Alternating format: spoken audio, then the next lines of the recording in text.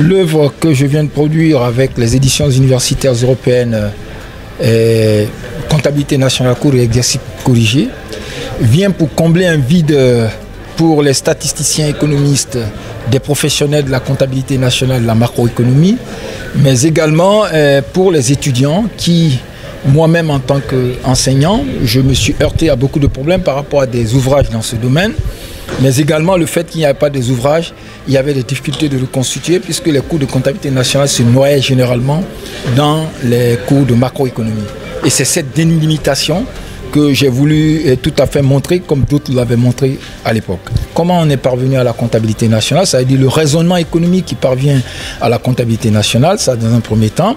Un deuxième temps, c'était pour expliquer comment le raisonnement de la comptabilité nationale parvient à produire les comptes de la comptabilité nationale, où nous avons rappelé l'historique depuis le tableau économique d'entrée, le temps historique des recensements jusqu'à François Quesnay, mais jusqu'à l'époque keynésienne où les comptabilités nationales ont vraiment été utilisées en tant que telles.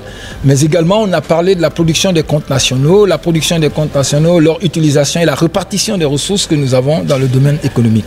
Tout cela, c'était pour constituer la vraie statistique économique en vue un cas particulier de notre pays comme un outil de l'INS, Institut national de statistique, mais aussi pour être utilisé à des fins de comparaison internationale.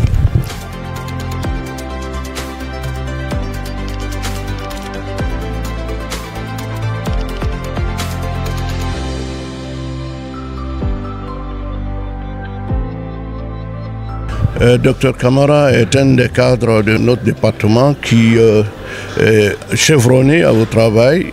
C'est un grand plaisir de prendre part à la dédicace de son livre sur la comptabilité nationale qui vient combler un vide, comme je l'ai dit tantôt, que ce soit sur la fiscalité, que ce soit sur les finances publiques, que ce soit sur la conservation foncière et d'autres éléments qui manquent aujourd'hui dans le cadre de la formation des étudiants en Guinée. Toute action qui n'est pas précédée de réflexion, c'est l'échec. Donc, l'action commence dans la réflexion et quand on arrive à faire la réflexion, on partage. La façon de partager, c'est d'écrire un livre, c'est d'enseigner les enfants à l'école, donc c'est une façon de transmettre le savoir. Et si on fait un livre encore, ça va rester pour longtemps et donc ça peut permettre à tout le monde d'être formé. L'appel que je lance à tous les Guinéens et plus particulièrement au corps enseignant, c'est de s'inspirer de ce que Dr Bala Camara a fait pour écrire dans leur domaine de compétences des livres destinés au grand public que nous sommes, destinés à l'ensemble, que ce soit des Guinéens ou des non-Guinéens.